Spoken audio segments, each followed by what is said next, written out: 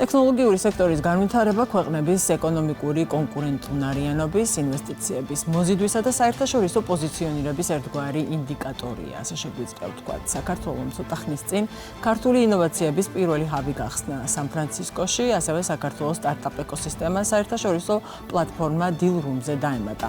პარალელურად კი ქართულ სტარტაპებს შესაძლებლობა აქვთ მონაწილეობა მიიღონ გლობალურ Web Summit 2026-ის შესარჩევ კონკურსში.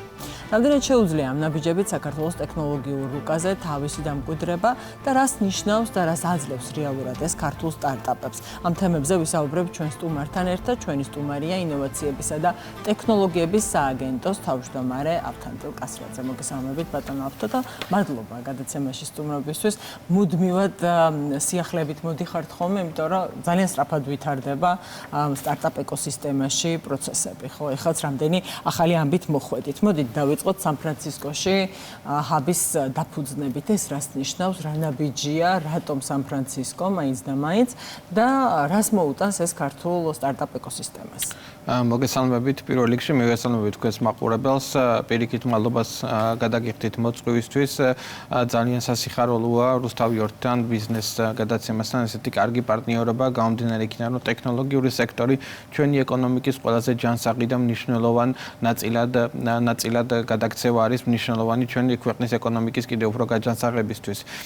ინოვაციების პირველი საერთაშორისო ჰაბი სან-ფრანცისკოში შეიქმნა. რატომ სან-ფრანცისკო მარტივია, რა თქმა უნდა, პასუხი გამომდინარე იქიდან, რომ სან-ფრანცისკო სილიკონის ველი ეს არის მთავარი ეპიცენტრი გლობალური ინოვაციური ეკოსისტემის. ეს არის ადგილი, სადაც ყველაზე დიდი ოდენობით ვენჩურული კაპიტალი არის მობილიზებული, სადაც ყველაზე დიდი ტექნოლოგიური გიგანტები არის წარმოდგენილი და საიდანაც დაიწყო ყველა თითქმის გიგანტი ტექნოლოგიური კომპანია და შესაბამისად რა თქმა უნდა ეს არის შესაძლებლობა ქართული სტარტაპებისთვის, რომ იყვნენ მოვლენების ეპიცენტრში და მათ ჰქონდეთ ყველაზე ახლო წვდომა როგორც კაპიტალთან, ისე იმ დიდ ნეტვორკთან, რომელსაც სილიკონის ველი წარმოადგენს მთელი მსოფლიოს ტექნოლოგიური სტარტაპებისთვის. ჩვენ სწორედ ამ კუთხით რა თქმა უნდა საგარეო საქმეთა სამინისტროსთან ერთად პირველ რიგში გენერალური საკონსულო, რომელიც რამდენიმე წელია ფუნქციონირებს სან-ფრანცისკოში, მათი ასე ვთქვათ ტრანსფორმირება ჰაბად იყო ლოგიკური ნაბიჯი გამომდინარე იქიდან, რომ ამ რეგიონში სან-ფრანცისკოში ყველაზე მთავარი მიზიდულობის ცენტრი აქვს ტექნოლოგიურ ეკოსისტემას და ჩვენი ამოცანაც სწორედ ეს არის, რომ ქართული სტარტაპები იყვნენ წარმოდგენილი იქ, სადაც ყველაზე დიდი გადაწყვეტილებები იღება, სადაც ყველაზე დიდი მნიშვნელოვანი პრობლემების გადაწყვეტა ხდება და ჩვენ გქონდეს შესაძლებლობა, რომ ქართული ეკოსისტემა, ქართული ეკონომიკა, ქართული ადამიანური კაპიტალი ყველაზე კარგად გავყიდოთ.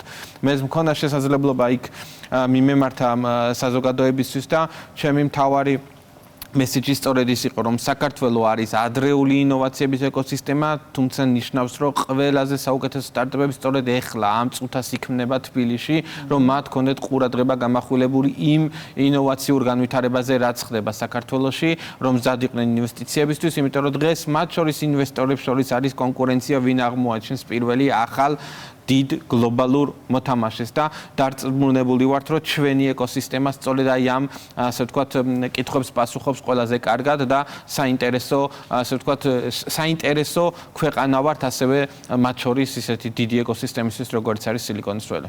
ეხლა სწორედ მაგ კუთხით მინდოდა რომ შეგვეხედა ამ თემისთვის, ანუ ერთია ჩვენთვის ქართული საქართველოს ინტერესი ვთქვათ, რომ გეოგრაფიულად დავახლოვებოდით იმ ეკოსისტემას, საიდანაც ყველაფერი დაიწყო, მაგრამ ინტერესი როგორი არის ქართული სტარტაპების მიმართ. თქვენ ნაწილობრივ შეეხეთ ამ თემას, მაგრამ მაყურებლისთვის კიდევ ერთხელ რომ განვმარტოთ და უფრო თვალსაჩინო რომ გავხადოთ ბოლო პერიოდის განმავლობაში. გაიზარდა ეს ინტერესი, თქვენ ძალიან საინტერესო თემას შეეხეთ, რომ შესაძლებელია ერთ-ერთი დიდი მოთამაშე, ვთქვათ, გლობალურ სტარტაპ ეკოსისტემაში სწორედ საქართველოში გაჩნდეს.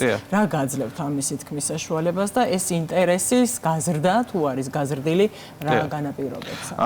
ზოგადად სილიკონის ველის ინტერესი გაზრდილია, ასე ვთქვათ, emerging markets ქვია, ანუ სადაც ჯერ კიდევ არ არის ის დიდი განვითარება, რომელიც სილიკონის ველში არის. სილიკონის ველი ტექნოლოგიური თვალსაზრისით შეიძლება ითქვას, რომ ძალიან დიდი კონკურენცია არის ამ ეტაპზე და რაღაცა კუთხით შეიძლება ვთქვათ, რომ გადაბერებულიც არის და ისინი ეძებენ ახალ ბაზრებს, ისინი ეძებენ ახალ ქვეყნებს, ახალ ტალანტს, სადაც ახალი განსხვავებული ხედვები შეიძლება დაფიქსირდეს, რაც რა თქმა უნდა იშვიათი არის და ჩვენ ვფიქრობთ, რომ საქართველოს იქნება ერთ-ერთი მთავარი ცენტრი ამ მიმართულებით. რა თქმა უნდა, ძალიან ბევრი ქვეყანა აქ ჩვენ ვსაუბრობთ ზოგადად რეგიონალურ პოზიციონირებაზე, იგივე სამხრეთ კავკასია, იგივე ცენტრალური აზია, იმიტომ რომ ერთიანობაში ვხედავთ ჩვენ კიდევ უფრო მეტ მიმზიდველობას სწორედ აი ესეთი დიდი ეკოსისტემისადმი, მაგრამ მთავარი ჩვენთვის არის ის, რომ ჩვენ ეხლა ვდგამთ სწორედ იმ ნაბიჯებს, რომელიც მნიშვნელოვანი გასაღები იქნება სამომავლო პრობლემებისადმი. მართლა შეუძლებელია წინასწარ პროგნოზირება, როდის გაჩნდება საქართველოში ესეთი დიდი გლობალური მოთამაშე, თუმცა ყველა საჭირო ინგრედიენტი დღეს არსებობს ქვეყანაში, საერთაშორისო აქსელერატორებიდან დაწყებული, საწყის კაპიტალზე წნომასთან მიმართებაში და ასევე უკვე შემდგომი კაპიტალის მოზიდვისთვის იგივე ვენჩურული ფონდებთან პარტნიორება, იგივე თვითონ სან-ფრანცისკოს ინოვაციების ჰაბიც, რომელიც მნიშვნელოვანი როლი უნდა ითამაშოს ამ ყველაფერში და შესაბამისად რა თქმა უნდა ჩვენი ამოცანა, როდესაც ისინი იყურებენ უკვე სილიკონის ველიდან, იყურებენ უკვე სილიკონის ველის გარეთ და ამერიკის გარეთ, რომ საქართველოს ეს არის მყარად სტრუქტურიზებული სახელმწიფოს გააჩნია, მთავრობას გააჩნია სწორი და თანმიმდევრული პოლიტიკა, როგორ უნდა განავითაროს სტარტაპები და რაც მთავარია ჩვენს ერთ-ერთ მთავარ პრიორიტეტს წარმოადგენს ჩვენი ეკონომიკისთვის, ეს ძალიან დიდი და მნიშვნელოვანი სიგნალია უცხოელი ინვესტორებისთვის. ანუ კარგად რო ხედავდნენ სილიკონ ველიდან. აუცილებლად მინდა გკითხოთ ამ თემას ალბათ ბევრჯერ ვისაუბრებთ ჩვენ კიდევ ვთქვათ კონკურენცია როგორია და ასე შემდეგ, მაგრამ მინდა აუცილებლად გკითხოთ ვებ სამიტი 2026-ს, იმიტომ რომ ერთ-ერთი ისეთი გლობალური ძალიან მნიშვნელოვანი ღონისძიება, რომელიც ასევე პასუხობს იმ მოთხოვნებს, რაზეც ვსაუბრობთ, რომ კარგად იყოს საქართველოს დანახული ამ გლობალურ სტარტაპ ეკოსისტემაზე. ვინ აპირებს წასვლას, გაგვცნო არა ეს ინფორმაცია, როდიდან იწყება შერჩევა და როგორ ვართ ჩართული და წარმოდგენილი წელს ამ ღონისძიებაზე. ჩვენ შერჩევა უკვე დავიწყეთ, რა თქმა უნდა, შარშან მაგალითად 80 ქართულმა სტარტაპმა ისარგებლა ჩვენი შეთავაზებით, რომ იყვნენ წარმოდგენილი გლობალურ ტექნოლოგიურ გამოფენაზე. ეს არის პირველ რიგში იმ ტექნოლოგიურ სტარტაპებისთვის, რომელსაც აქვთ უკვე პროდუქტი შექმნილი და აინტერესებთ შემდგომი განვითარება. ეს შეიძლება იყოს სხვადასხვა კუთხით, ეს შეიძლება ზოგს ინვესტიციების მოზიდვა იყოს მთავარი ამოცანა, ესე ტექნოლოგიურ გამოფენაში მონაწილეობის ზოგ შემთხვევაში შეიძლება კლიენტების პოვნა იყოს, პარტნიორების პოვნა შეიძლება იყოს ამოცანა და სახელმწიფოს წარმოდგენა ეს ტექნოლოგიურ გამოფენაზე მნიშვნელოვნად უმცირებს ხარჯს პირველ რიგში ინოვაციურ სტარტაპს და მეორე მიმართულებით მათ აძლევს ეგრეთ წოდებულ visibility-ს, ანუ ისინი ხედავენ, რომ საქართველოს არის ტექნოლოგიური ეკოსისტემის ერთ-ერთი მნიშვნელოვანი წარმომადგენელი და უფრო ადვილად შეუძლიათ მათ გაყიდონ. მოგეხსენებათ, სახელმწიფოს აქვს country, ანუ ქვეყნის პავილიონი უკვე მესამე წელია წარმოდგენილი ერთ-ერთ ყველაზე ცენტრალურ ლოკაციაზე, მათ შორის ვებ სამიტთან სწორი პარტნიორობის შედეგად, თუმცა ვებ სამიტი არ არის ერთადერთი გლობალური ტექნოლოგიური გამოფენა, რომელსაც ჩვენ ვაძლევთ შესაძლებლობას ქართულ სტარტაპებს.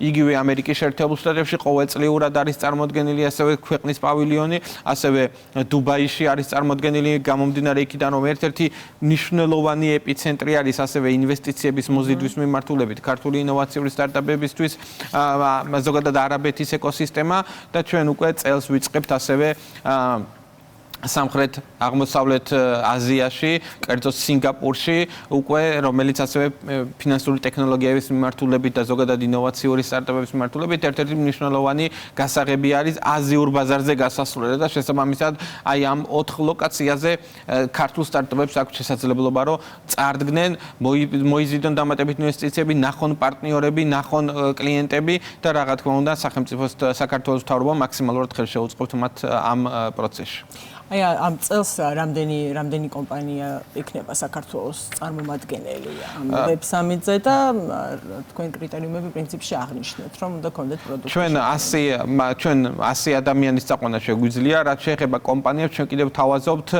6 კომპანიას გქონდეთ ცალკე სტენდი, მხოლოდ თავიანთი სტენდი, შესაბამის, ასე ვთქვათ, განყოფილებებში, სადაც არის სტარტაპები წარმოდგენილი. თუმცა გაზრდილია ეს რაოდენობა, ეხლა შარშანდელთან შედარებით? არა, გაზრდილი არ არის, გამომდინარე იქიდან, რომ ეს არის კონკურსი, 6 სტარტაპი იქნება საქართველოსთან, მთლიანობაში 300 სტარტაპი არის წარმოდგენილი მთელი ევროპიდან, მათ შორის გლობალურად, არა მარტო ევროპიდან, იგივე ბრაზილიიდან ბევრი სტარტაპი არის, ასე შემდეგ.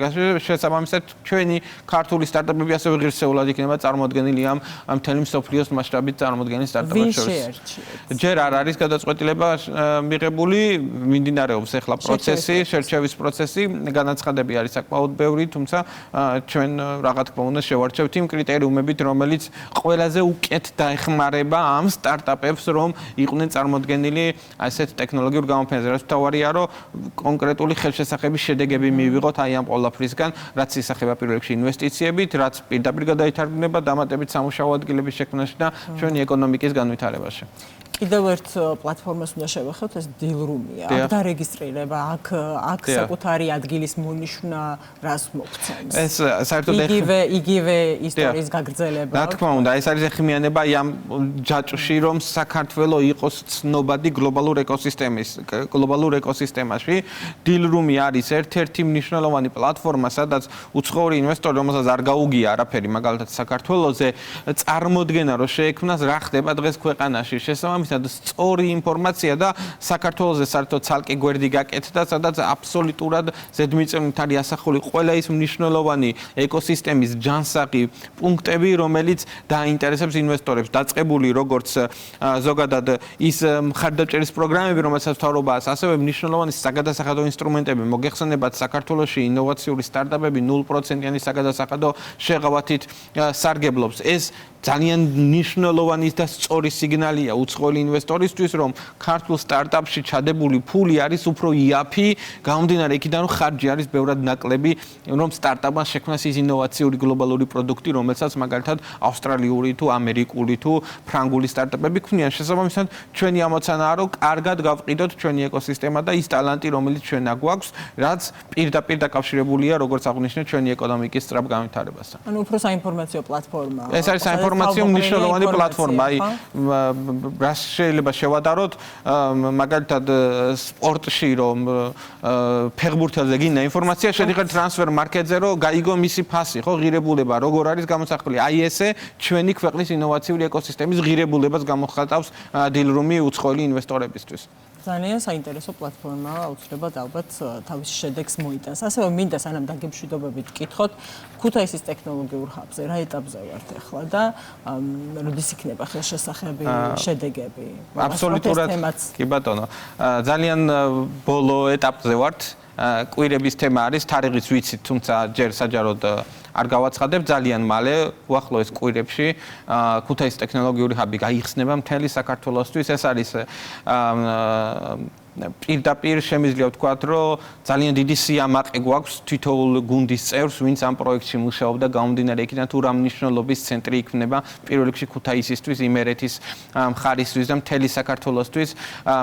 ეს არის მთლიანად არის ყველა საჭირო ინგრედიენტი იმისთვის, რომ განვითარდეს ინოვაციური ეკოსისტემა. დაწყებული მუზეუმიდან სასწავლო პლატფორმები, იწვდომა ფინანსებთან და რა თქმა უნდა საერთაშორისო ტექნოლოგიური კომპანიები ერთად იქნებიან ინტეგრირებული იმ ერთიან ეკოსისტემაში, რომელიც კიდევ უფრო დიდ როლს ითამაშებს პირველ რიგში ქუთაისში ახალგაზრდების განვითარებაში, სწორი მიმართულების მიცემაში და ადგილობრივი ეკონომიკის კიდევ უფრო სწრაფად გაჯანსაღებაში.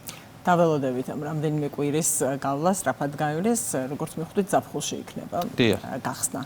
კიდევ ერთხელ შევახსენებთ ჩვენს მაყურებელს, რომ ჩვენი სტუმარი იყო ინოვაციებისა და ტექნოლოგიების სააგენტოს თავმჯდომარე ავთანდილ კასრაძე, რომელსაც მადლობას ვუხდით დღევანდელ გადაცემაში მონაწილეობისთვის.